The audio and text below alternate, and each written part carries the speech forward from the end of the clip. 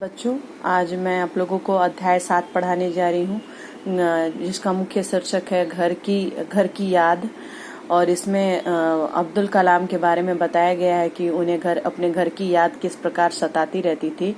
और जब वो बाहर अपने घर से दूर रहती थी तो उन्हें अपने माता पिता, उन्हें अपने घर को वो बहुत ही ज्यादा उन्हें उसे याद करते रहते थे। उनके बारे में बताया गया कि साधारण परिवार में जन्मे आदर्श माता पिता की साधारण सी संतान, अद्भुत असाधारण उन्होंने बहुत सारे कार्य किए। इस पाठ से कलाम के बचपन की असाधारण शक्तियों के बारे में भी बहुमुखी प्रतिभा की झलक मिलती है। इन्होंने भारत को परमाणु शक्ति प्रदान किए तथा देश के सर्वोच्च राष्ट्रपति पद को सुशोभित किया।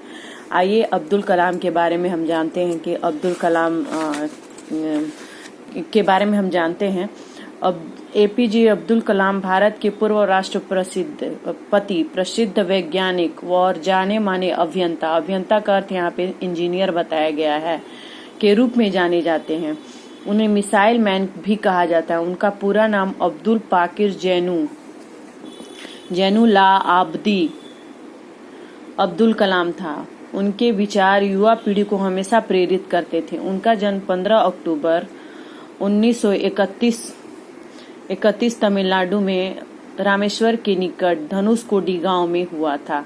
सन 2002 से 2007 तक 11वें राष्ट्रपति के रूप में उन्हें देश की सेवा की। सन 1998 में रूस के साथ मिलकर भारत ने सुपरसोनिक क्रूज का निर्माण किया था, बनाने का काम शुरू किया और ब्रह्मोस प्राइवेट लिमिटेड की स्थापना की गई। ब्रह्मोस को धरती या समुद्र पर कहीं भी इस्तेमाल किया जा सकता था। इस सफलता के बाद उन्हें मिसाइल मैन की उपाधि से सम्मानित किया गया और उन्हें उस नाम से बहुत ज्यादा प्रसिद्धि प्राप्त की। उन्हें पद्म विभूषण से सम्मानित किया गया।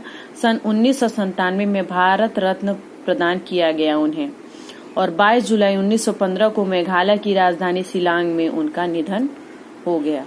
अब हम आगे इस अध्याय को पढ़ते हैं कि किस प्रकार अब्दुल कलाम थे।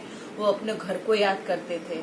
मेरा जन्म, उन्होंने अपनी आत्मकथा लिखी हुई है इसमें कि मेरा जन्म तमिलनाडु के रामेश्वरम कस्बे में एक तमिल परिवार में हुआ।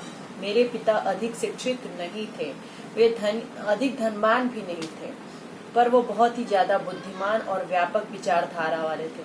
हम संयुक्त परिवार में रहते थे। हमारे घर में अक्सर बाहर से आने वालों का तांता लगा रहता था।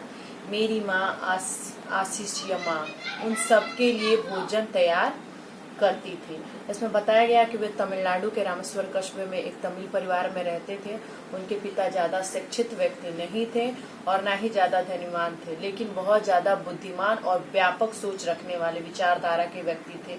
वे एक संयुक्त परिवार में रहते थे और घर में अक्सर बाहर से लोगों का तांता यानी आना जाना लगा रहता था, और उनकी माँ जो थी वो सबके लिए भोजन तैयार करती थी।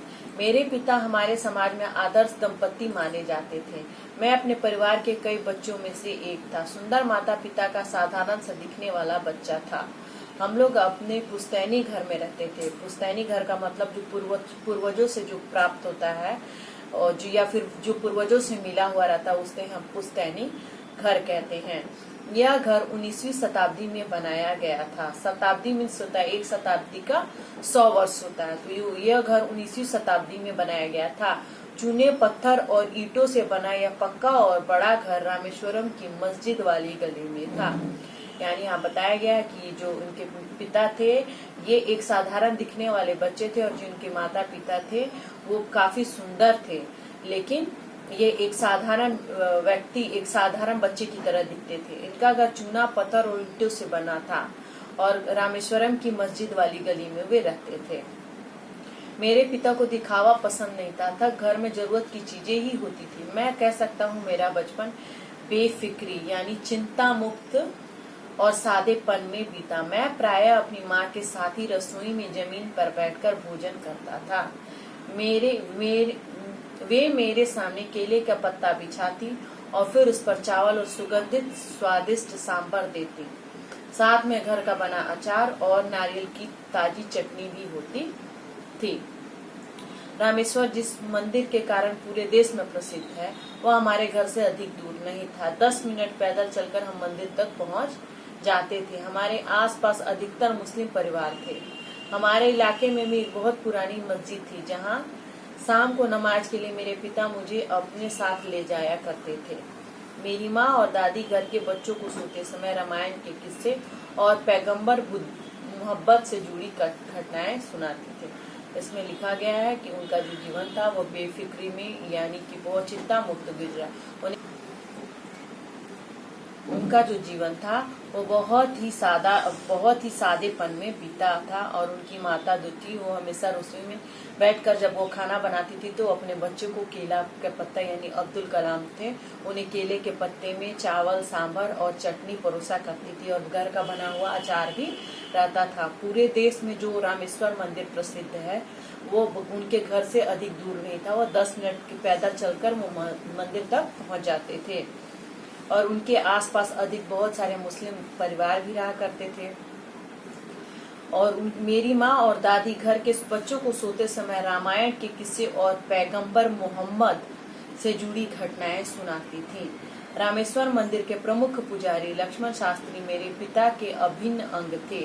अभिन्न अंग मतलब घनिष्ठ, जो गहरे मित्र होते हैं वो थे।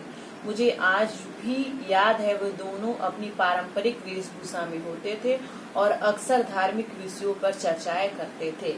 इस प्रकार जो उनके पिता थे और जो रामेश्वरम मंदिर के पुजारी थे वे लक्ष्मण शास्त्री जी, वो दोनों बहुत ही घनिष्ठ मित्र, बहुत ही अभिन्न अंग थे। और दोनों अपने पारंपरिक वेशभूषा में रहते थे और अपने धार्मिक विषयों पर हमेशा चर्चा किया करते थे। बच्चों, अब ये अध्याय यही समाप्त होता है। इसे आप पढ़ें और समझें।